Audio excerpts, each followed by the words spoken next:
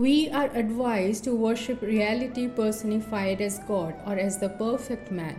We are told not to attempt the worship of the Absolute, as it is much too difficult for a brain-centered consciousness.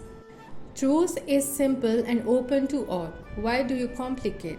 Truth is loving and lovable. It includes all, accepts all, purifies all. It is untruth that is difficult and a source of trouble. It always wants, expects, demands. Being false, it is empty, always in search of confirmation and reassurance. It is afraid of and avoids inquiry. It identifies itself with any support, however weak and momentary. Whatever it gets, it loses and asks for more. Therefore, put no faith in the conscious. Nothing you can see, feel, or think is so. Even sin and virtue, merit and demerit are not what they appear. Usually, the bad and the good are a matter of convention and custom and are shunned or welcomed according to how the words are used. Are there not good desires and bad, high desires and low? All desires are bad, but some are worse than others. Pursue any desire, it will always give you trouble. Even the desire to be free of desire? Why desire at all? Desiring a state of freedom from desire will not set you free. Nothing can set you free because you are free. See yourself with desireless clarity, that is all. It takes time to know oneself. How can time help you? Time is a succession of moments. Each moment appears out of nothing and disappears into nothing, never to reappear. How can you build on something so fleeting? What is permanent? Look to yourself for the permanent. Dive deep within and find what is real in you. How to look for myself?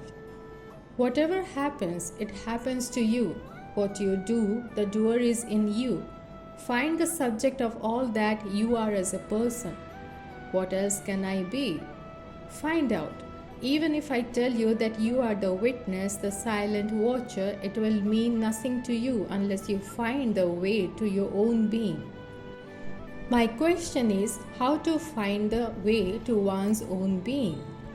Give up all questions except one. Who am I? After all, the only fact you are sure of is that you are. The I am is certain. The I am this is not. Struggle to find out what you are in reality.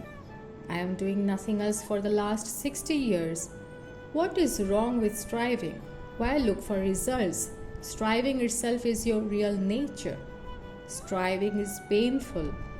You make it so by seeking results. Strive without seeking. Struggle without greed. Why has God made me as I am? Which God are you talking about? What is God? Is He not the very light by which you ask the question? I am itself is God. The seeking itself is God. In seeking, you discover that you are neither the mind nor body, and the love of the self in you is for the self in all. The two are one. The consciousness in you and the consciousness in me, apparently two, really one. Seek unity, and that is love. How am I to find that love? What do you love now? The I am. Give your heart and mind to it. Think of nothing else. This, when effortless and natural, is the highest state. In it, love itself is the lover and the beloved. Everybody wants to live, to exist. Is it not self-love? All desire has its source in the self. It is all a matter of choosing the right desire. What is right and what is wrong varies with habit and custom. Standards vary with societies.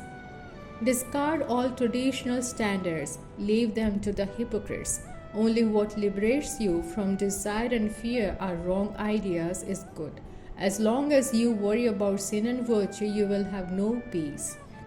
I grant that sin and virtue are social norms, but there may be also spiritual sins and virtues. I mean by spiritual the absolute. Is there such a thing as absolute sin or absolute virtue? Sin and virtue refer to a person only. Without a sinful or virtuous person, what is sin or virtue? At the level of the absolute, there are no persons. The ocean of pure awareness is neither virtuous nor sinful. Sin and virtue are invariably relative. Can I do away with such unnecessary notions? Not as long as you think yourself to be a person. By what sign shall I know that I am beyond sin and virtue?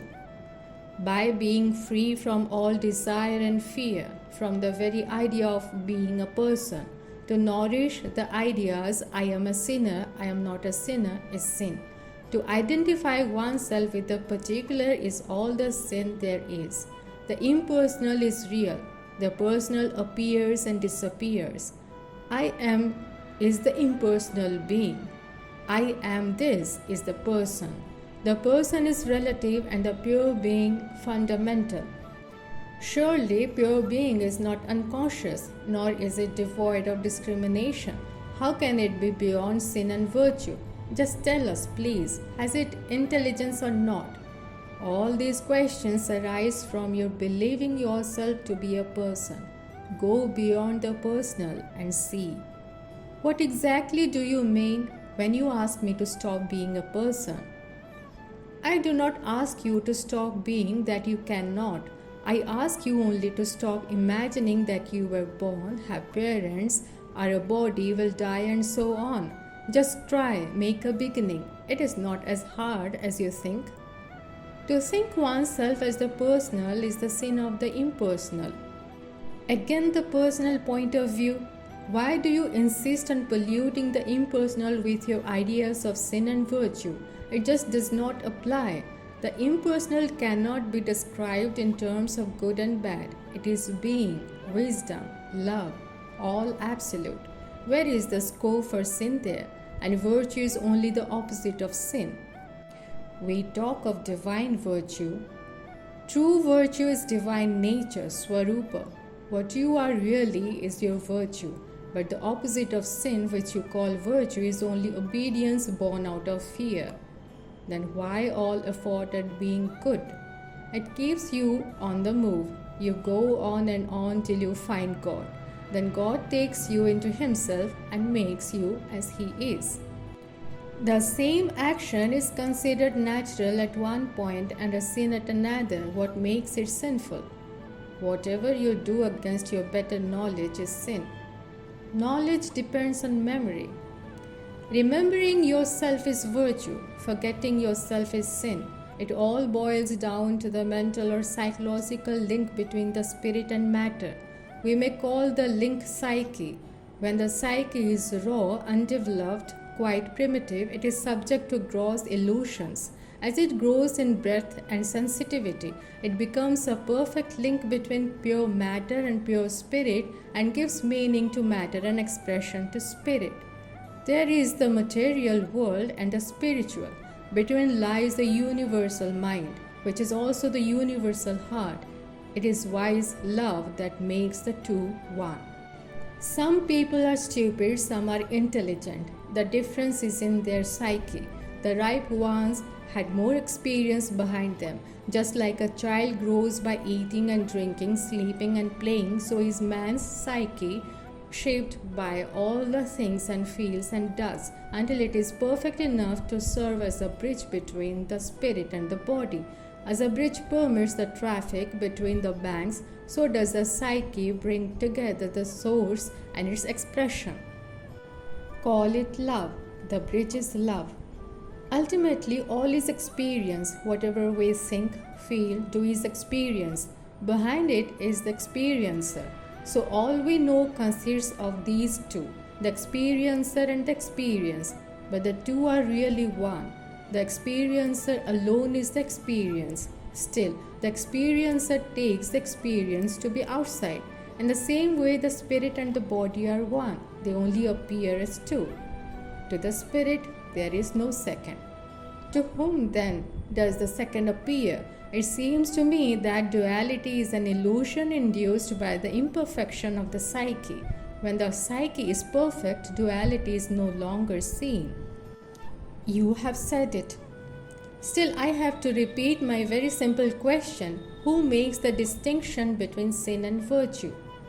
He who has a body sins with the body. He who has a mind sins with the mind. Surely the mere possession of mind and body does not compel to sin. There must be a third factor at the root of it. I come back again and again to this question of sin and virtue because nowadays young people keep on saying that there is no such thing as sin, that one need not be squeamish and should follow the moment's desire readily. They will accept neither tradition nor authority and can be influenced only by solid and honest thought. If they refrain from certain actions, it is through fear of place rather than by conviction. Undoubtedly, there is something in what they say, for we can see how our values change from place to place and time to time. For instance, killing in war is great virtue today and may be considered a horrible crime next century. A man who moves with the earth will necessarily experience days and nights. He who stays with the sun will know no darkness. My world is not yours. As I see it, you all are on a stage performing. There is no reality about your comings and goings, and your problems are so unreal. We may be sleepwalkers or subject to nightmares. Is there nothing you can do? I am doing. I did enter your dreamlike state to tell you stop hurting yourself and others, stop suffering, wake up. Why then don't we wake up? You will. I shall not be thwarted. It may take some time. When you shall begin to question your dream, awakening will be not far away.